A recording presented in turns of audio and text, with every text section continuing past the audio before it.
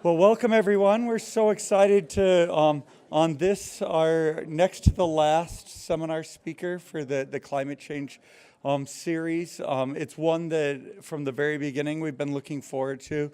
It's our pleasure to have James McCann here from Boston University. He's one of the foremost environmental historians in the world, and he's written a number of books that have been incredibly influential, especially in looking at issues related to Africa. His research has focused on agricultural and ecological history in Africa, Ethiopia, and the Horn of Africa, and he's really been an amazing author, both in the number of books that he's published and their impact, everything from his 2010 book on Stirring the Pot, the history of African cuisine, to one that has influenced students of environmental history across the world, his book, Greenland, Brownland, Blackland, an Environmental History of Africa, which really frames the discipline and the questions of environmental history. He's been a Guggenheim Foundation fellow, a Fulbright fellow in Ethiopia, and a number of other things. His CV is quite impressive, and we're just thrilled that he can be with us today to talk about Africa and issues related to climate change. So thanks, James.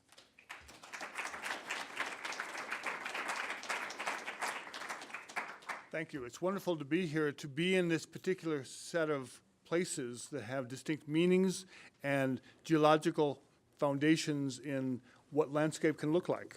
And I come from the American Midwest. Spent much of my adult life now in the Northeast. It's just, as you would all know, very different. And it's a wonderful thing to come to a setting, the class we had earlier on talking about tropical disease, the set of information background people have.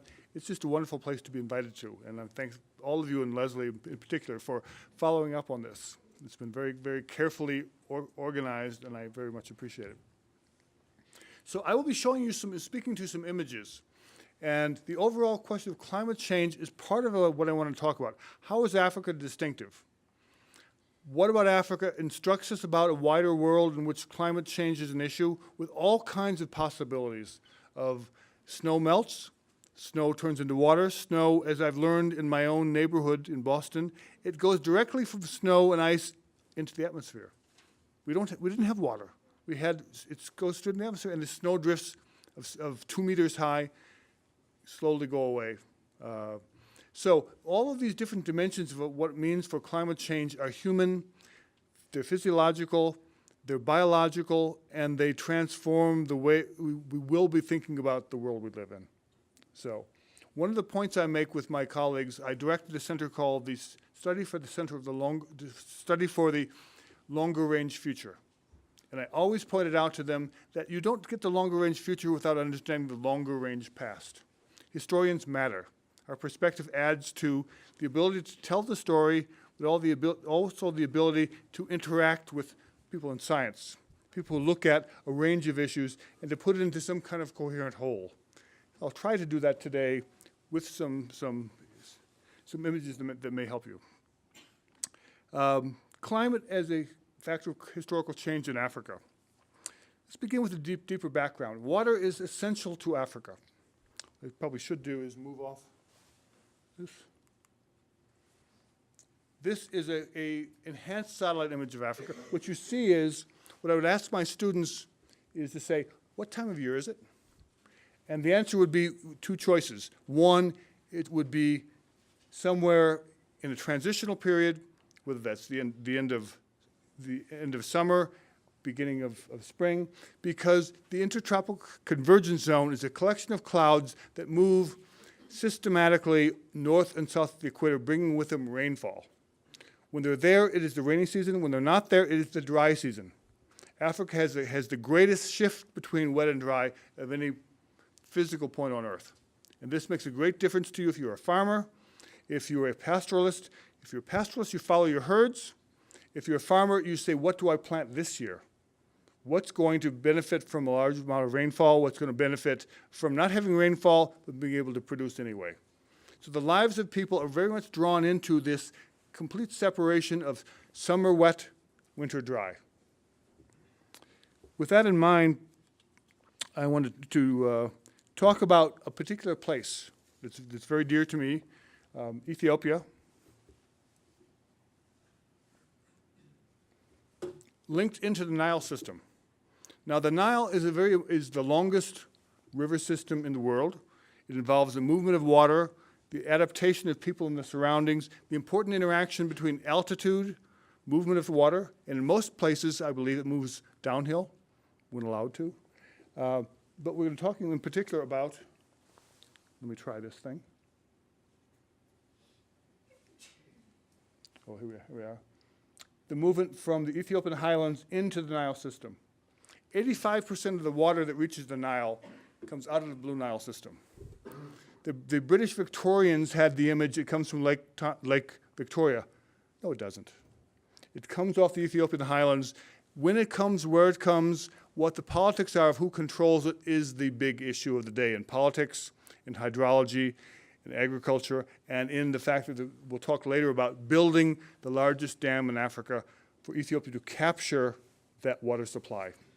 Egypt has got it's frying other fish at the moment, but Egypt really does care about this. Sudan really does care about this and will become the central issue in politics in the next era. Here's the notion of seasonality. Summer wet, winter dry. The beautiful Blue Nile Falls. They're in tourist magazines. If you go on the internet and look for Ethiopian tourist sites, this is it.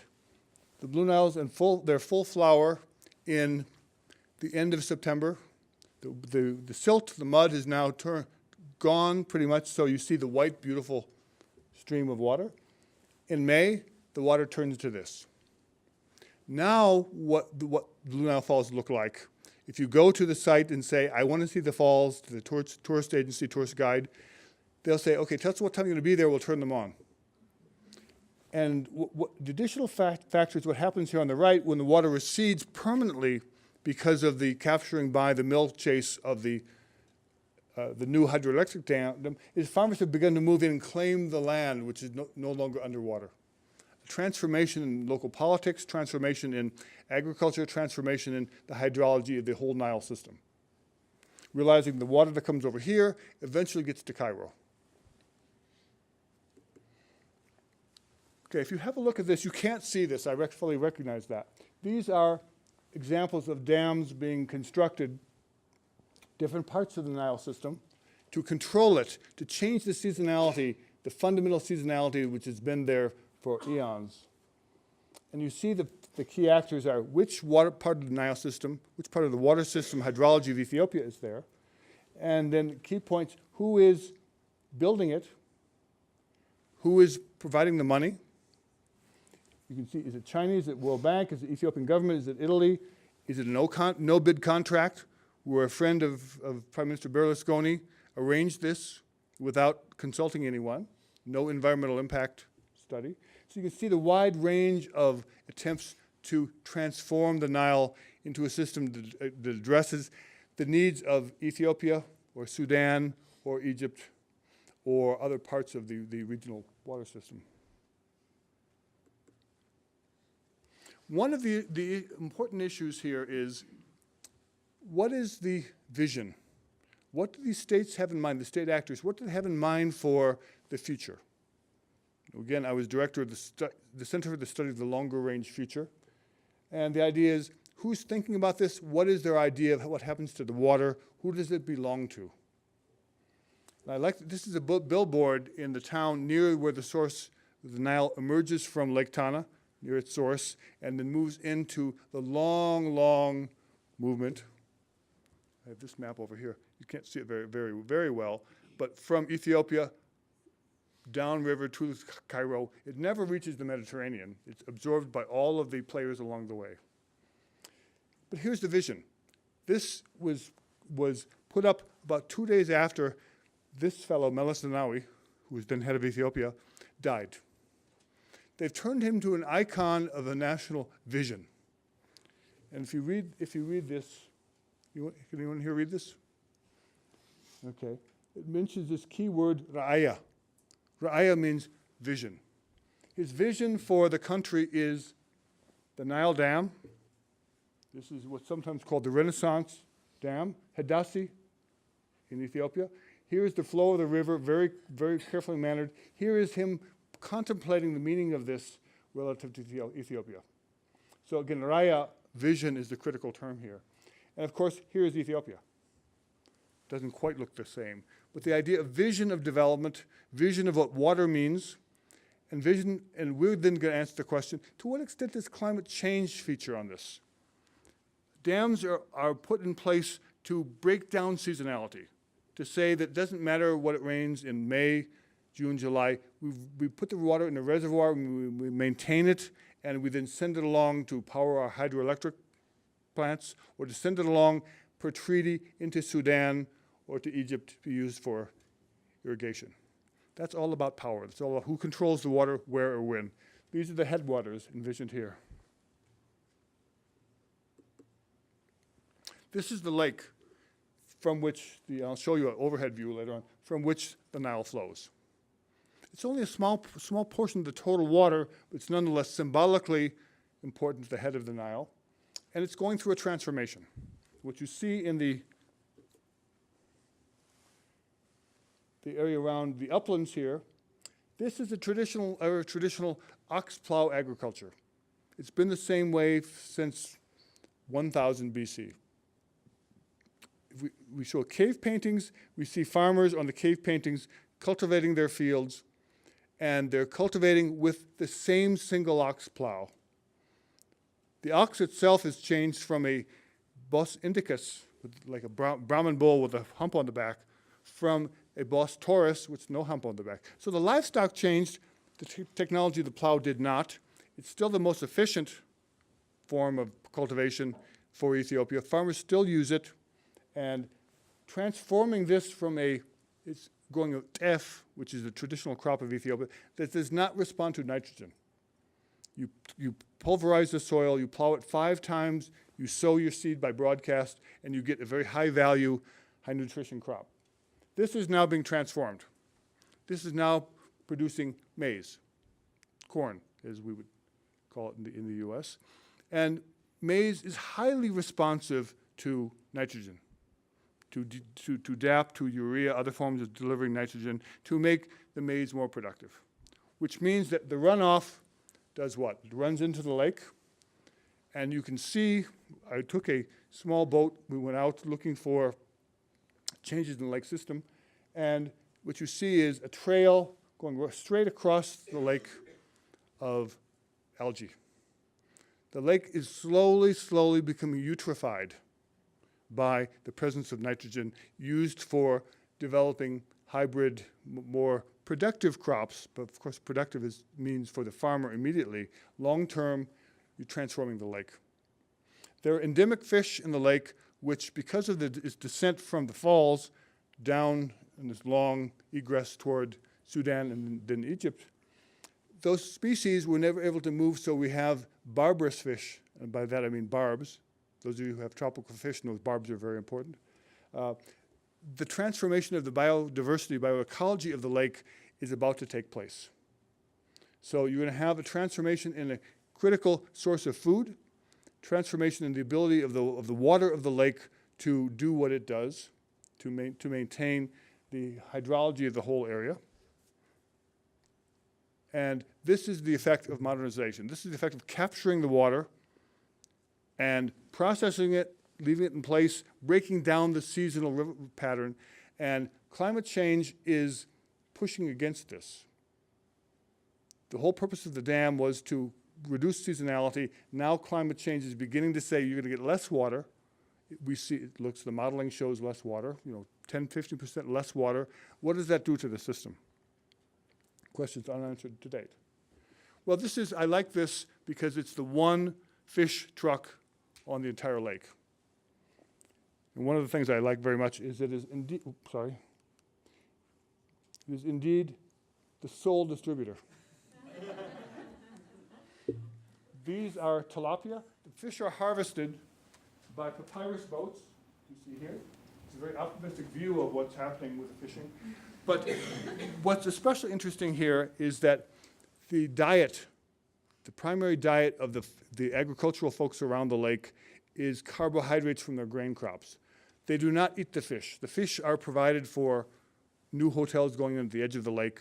So you have a transformation of the ecology of the lakefront, which changes, we don't have to go into detail about this, but changes the malaria distribution around the lake. But the fact that the fish are now becoming more dominant because they attract tourists. They do change the local diet of people in the immediate area of the lake, but the transformational process of this will be affected by introduction of nitrogen and the beginnings of water management as a fundamental feature of what humans are doing in the area. Here's where you can't see it very well. The light's a little bit difficult, but the egress of the Nile out of the lake is right here. It then descends to the falls I showed you later on, down in a very steep valley, steeper than the Grand Canyon. So that's water that cannot be transported up for irrigation. It simply descends into that gorge, making its way all the way to Sudan, where the new bridge, the visionary bridge, is there. And at that point, it can begin to collect the water and, in theory, developing 6,000 megawatts of power. How reliable that power is, how well the dam is going to be built, we still have to see. It's not opened yet. But we see the politics emerging. What did the Egyptians say about having that water stored, which they would say needs to come in their own sense of seasonality? When do they need the water? When do they need the silt? And that's them's fighting words. And the hydropolitics of the Nile are a significant factor here. Again, this is another view of who's involved in this. The fact now that this huge new dam is totally financed by the Ethiopians.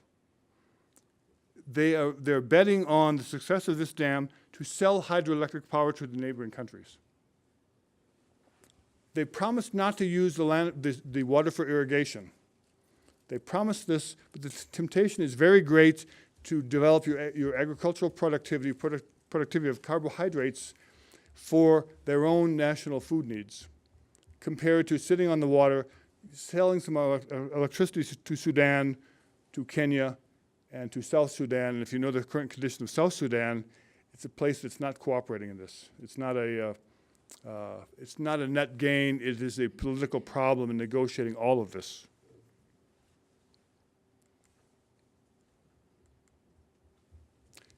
And here's some interesting information. We assume that when the engineers, we assume they're the ultimate processors of data and predictable data and empirically verifiable numbers that yield a result, is that the amount of information we have on the flow of the Nile is quite separate.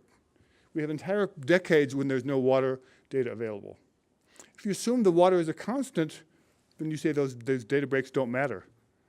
But guess what? Climate change suggests to us that seasons do matter, decades do matter, it changes. Has changed, will change, is changing now.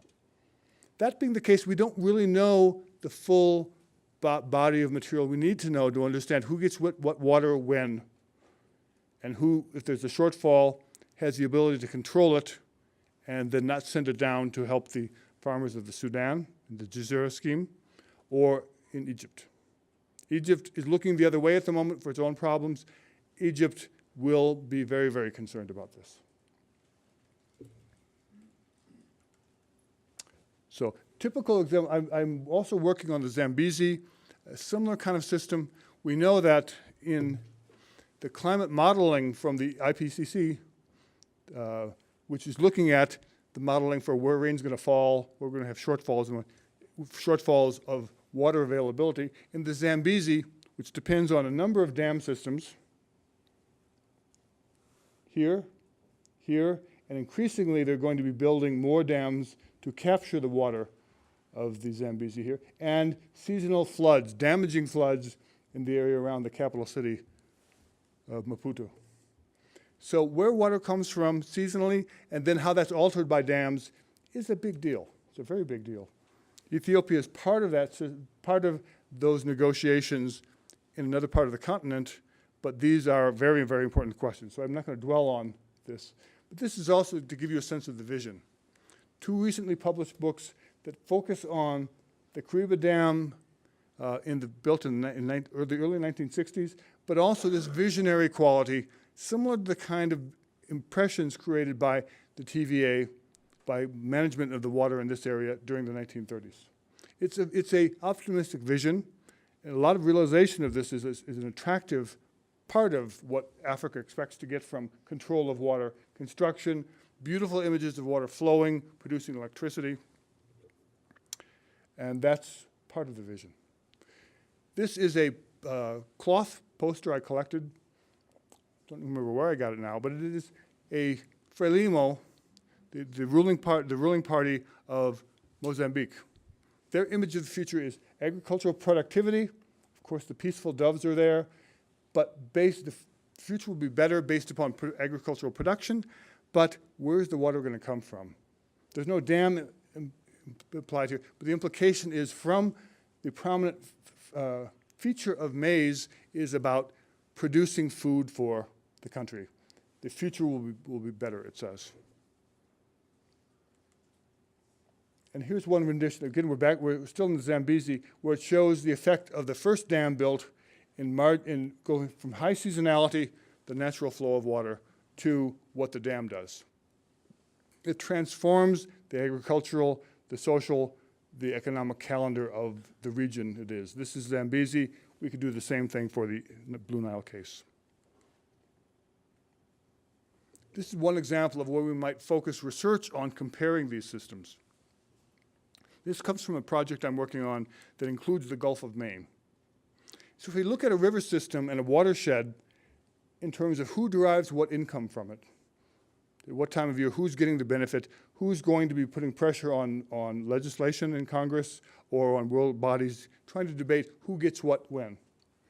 You can see from this is just a work in progress, but these are real data we have from the Gulf of Maine, is that you have a whole series of trajectories, but what happens if we put in electric generation from windmills? And you can see you have lobster fishing, that is sort of bottom feeding, mid-water trawl fishing, long lines, bottom trawling, whale watching. Of course, tourists are an important part of the income generation from places which water is important, and gillnut fishing. So this is a projection from a pretty data-rich system to saying who's going to benefit, who's going to lose. And this is the technology, or this is rather the approach, the methodology we want to apply to other world systems, and it's what we want to apply to Blue Nile. Once we get the data are not there. That is our own pipe dream. So this is the last image I want to show you. We can dwell on this for a bit. I have a nice, mine actually is better than yours up here. But here's a painting.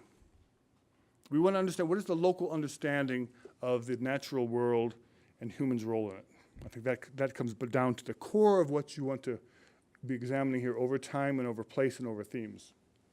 This is a church painting in the Ethiopian Orthodox Church in a small part of Ethiopia. I think this may be the only photograph of this, what I think is quite a lovely church painting. The image of the artist is the image of the relationship between nature and man. Is it something we should be optimistic about? Is it something we need to be concerned about? How do we understand this ongoing interaction between humankind, the natural world, and adjustments to the natural world made by human intervention in the form of who gets what water where by what means? So let me just point out some sections of this for you. Can you see that back there reasonably? It's not coming as well. Up here, it says Misale Alam. It means the way of the world. A local priest I was working with translated more, he said man's fate. I don't like that translation. It really is the state of things. So this is what the artist is attempting to describe. Is there any way we could turn off these lights? The image is very darkened. Not back there anymore? Is there a way of doing that? Good. Oh, perfect. So, the way of the world, my translation of Misale, an example of the world is what it means more literally. Here is a perfect human gentleman. He is a priestly character. This is an Orthodox Christianity notion of the world we live in. It's in a church. The church is a sacred place We have images of St. Michael, who is there, images of the emperor elsewhere in this church, emperors of the emperor's wife.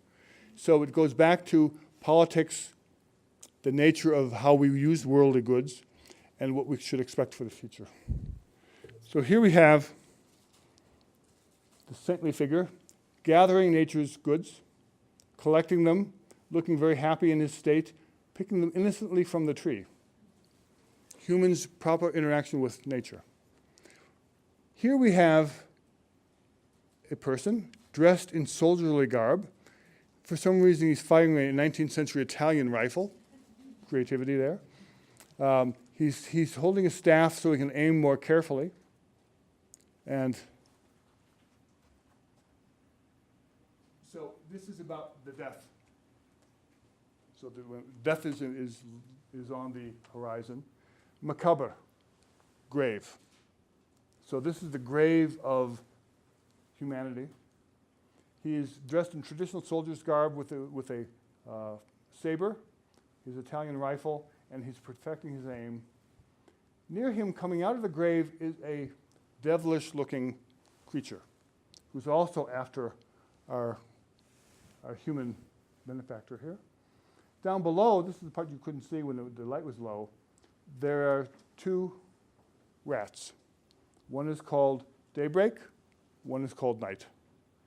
And it took me a while before I realized what they're doing, of course, is they're gnawing away at the root of the tree. This is coming down. So as I began to think about my longer-term research project on what do we make of the relationship between nature, human activity, after all, he's a human, the natural world that has negative forces, positive forces. We have this, is it a conundrum? Is it a future forecast? Is it a sense of a way we simply treat the world we live in? This is a religious symbol in an important Orthodox church. It's not a major church, again, I'm the only one who's taken the photograph of this. But he's going to fall down, he's going to be shot, or he's going to be eaten by a dragon. It basically tells us this is the way of the world. It's a fatalistic view, but it's a natural view from the local context. This is not an engineer telling us things are going to be better. This is not a national policymaker. This is not even a local farmer. This is someone who's giving us a wider vision of what the world is going to become. So what I want to leave you with is this idea of nature-human interaction is something that the vision, going back to the notion of the vision, is a big part of this. What do people expect? Good outcomes, bad outcomes. And if we go back, and we'll go back. Okay, the positive image looks like the TVA. Well, and then we have Melis. This was, again, designed before he died. They knew he had blood cancer. He was going internationally for treatment. But they began to prepare what is his vision going to be as our national project. This appeared days after he had died. This is near the source of the Nile. This is where I had a Fulbright. I was working there. And it says, across the top here, from many we are one. The vision of Melis, Raya, the vision. And it says, together we're going to develop and to conquer. His vision is technology, it's water management, it's control, it's defeating the natural course of the seasons, defeating the potential role of climate change. And you can see the image is one on top of the real world. The real world here is a tough place. But the idea that political leadership needs to have a vision despite the potential effects of climate change. And as we see a map, the one thing I did take out of here was a IPCC map of Africa that shows where the water deficits are going to be in the next 15 years, what it will look like if we have that, what would it look like if we had 20 years, 20% decrease in total amount of water available. And this area is going to have a deficit of rainfall. What do we make of that? How it would distribute, who will control it, for what purpose? This is ultimately the story. And when I call it, the title here, it doesn't appear on the announcement, was The Lights and the Follies. Notion that the follies are something you have on stage, the Folie Bergere is a dance of jubilation and creativity. But of course, the follies are the Folie Bergere, but they're also the follies of human hubris. Thinking by controlling nature, we're going to solve the problems. So, thank you.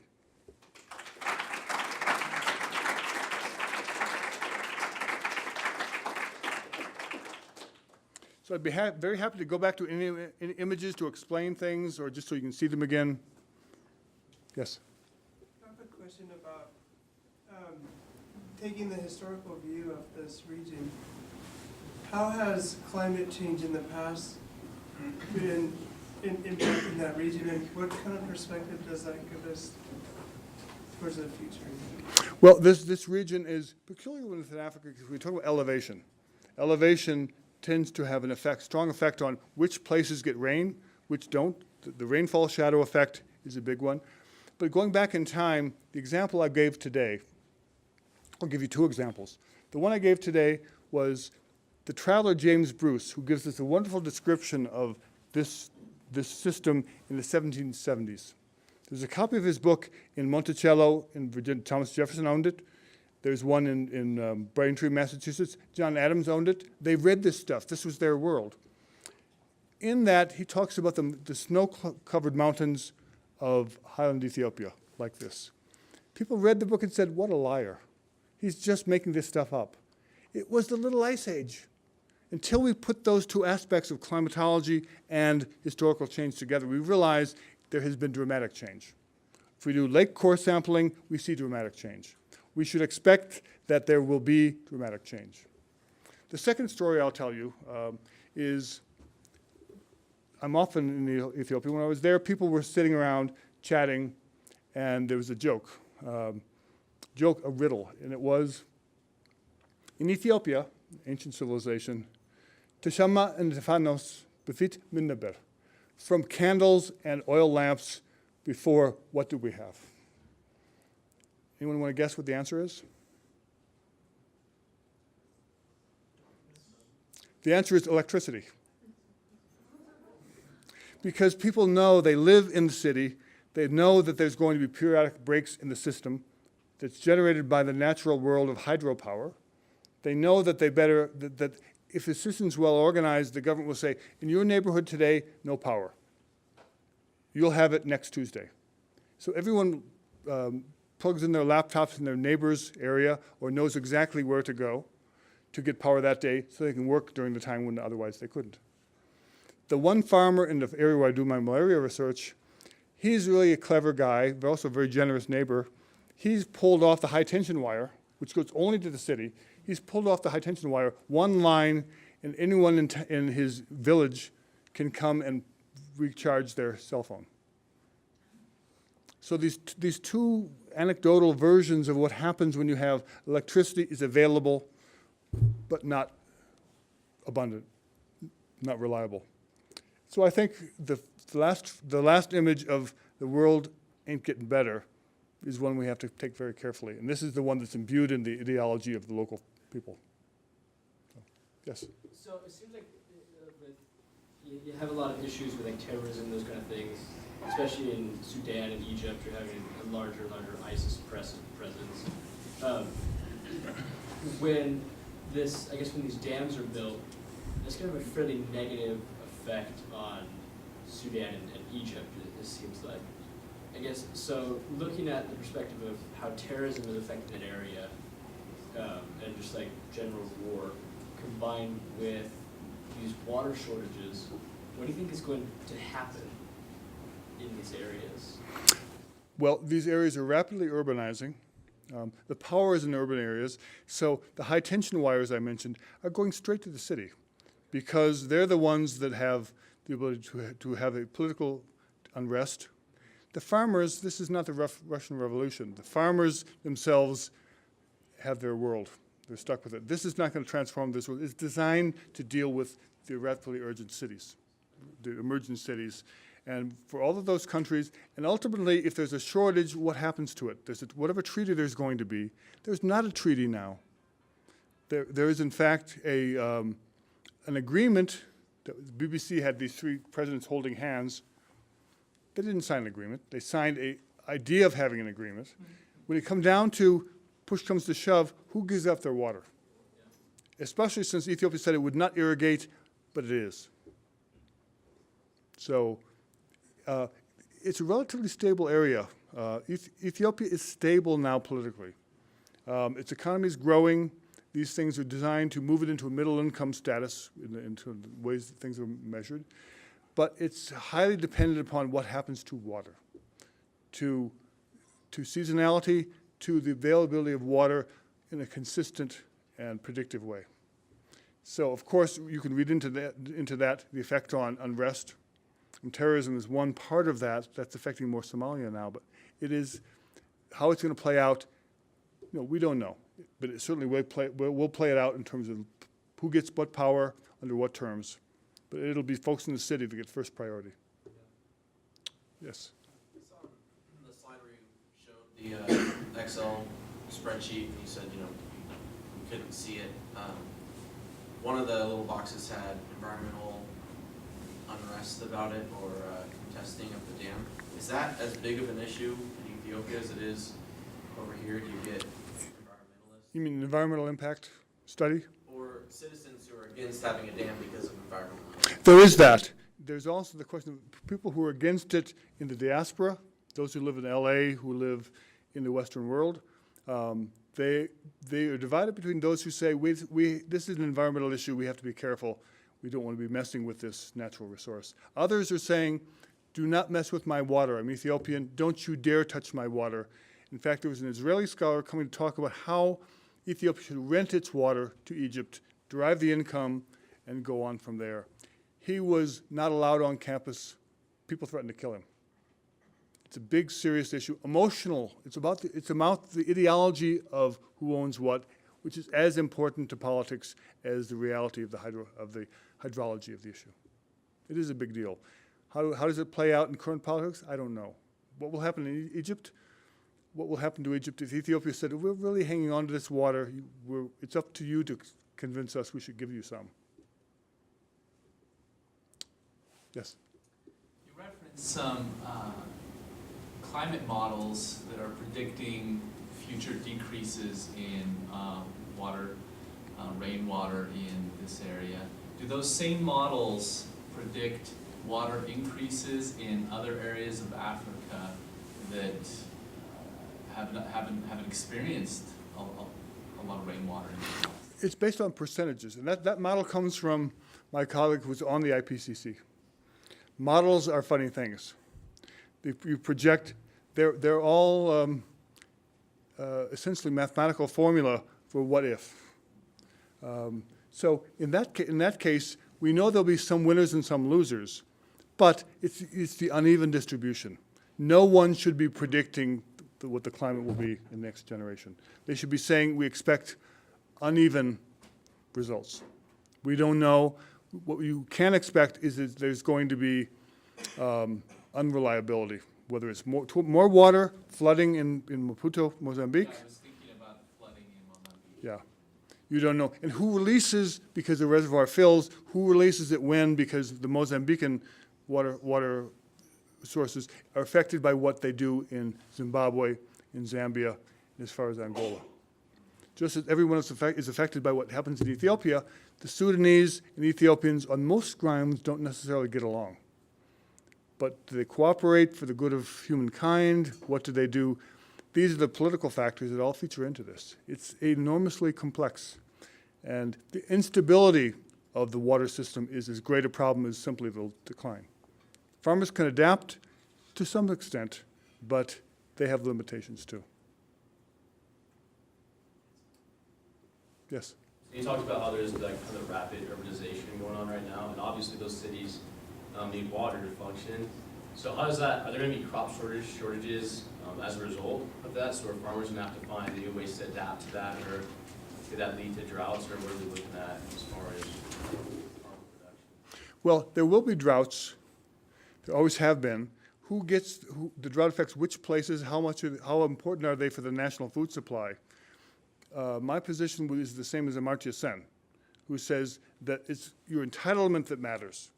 Whether or not there's food in the system, If I go into the streets of Addis Ababa, when there is indeed starvation going on in the city and elsewhere in the country, I find wheelbarrows full of tomatoes, full of onions, at a price you can buy meat. It gets expensive for local folks. Who's going to suffer if they have a fixed salary? There's food available. It's not a question of importation, it's distribution. Again and again we see it. Ethiopia can be very productive, but it is highly sensitive to unpredicted weather changes. So they import new varieties of seeds that are drought resistant, or they're more productive, or they bring in varieties of poultry that are likely to be more productive. Nutrition is another matter. The stuff being brought in is for the middle and upper classes. And so the quality of nutrition will go down. You can buy maize snacks equivalent to Cheetos in shops in Addis Ababa. And if people are using their small incomes to buy that stuff, as I see when I get on a bus in Harvard Square and the school kids are having a Coke and potato chips for breakfast. This is a global extension of what are we eating, why are we depending on foods that don't do what we need.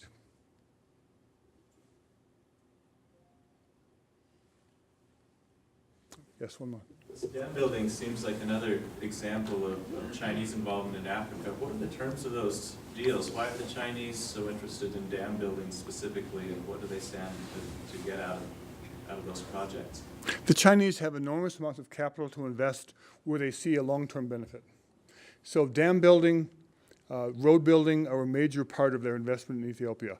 They they're well aware of what they do. They bring in large numbers of Chinese workers. USAID hires local folks, and then it does what they're going to do. China, they bring in such a variety of people.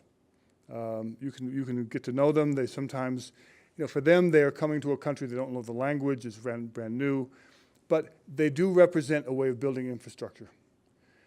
But we see closer to China, an example I mentioned to a few people today, that we have a highly protein-dependent population in Cambodia and along the Mekong River, eventually yielding its water into the Mekong Delta. What the Chinese are doing, and that depends on the movement of the water up and down.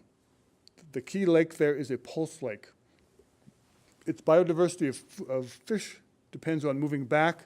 Fish disperse into small rivulets, breed, come back, and the cycle begins again.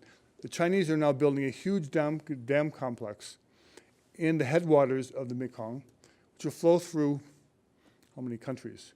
By Thailand, Laos, Cambodia, Vietnam. And they're doing that because they say, we will stop our use of coal. Signed an agreement. They said, oh, yes, United States, yes, France, yes, Britain, to manage the world atmospheric problem of carbon emission. We will reduce our carbon emission. We won't be using oil so much. We won't be burning wood. We will go hydroelectric. What that does is it screws up the entire Mekong Delta, transforms fishermen into rice farmers, and who benefits from this, and it transforms the entire system. To whose benefit? How do you work that out? It's politics. The Chinese #1 goal now is to reduce its carbon imprint. Good thing. But the effect of that is to increase their dependence on hydroelectric power, which has huge ecological effects. Hydroelectric power is not sustainable. The world changes, the supply of water changes, the whole geology, the whole geographic context of dams, as we know here. By here, I mean the United States. We're reassessing, do we need this dam? What is the net gain versus taking it out? And in a lot of places, the decision is, let's take that out and rebuild the system as we know it. Thank you.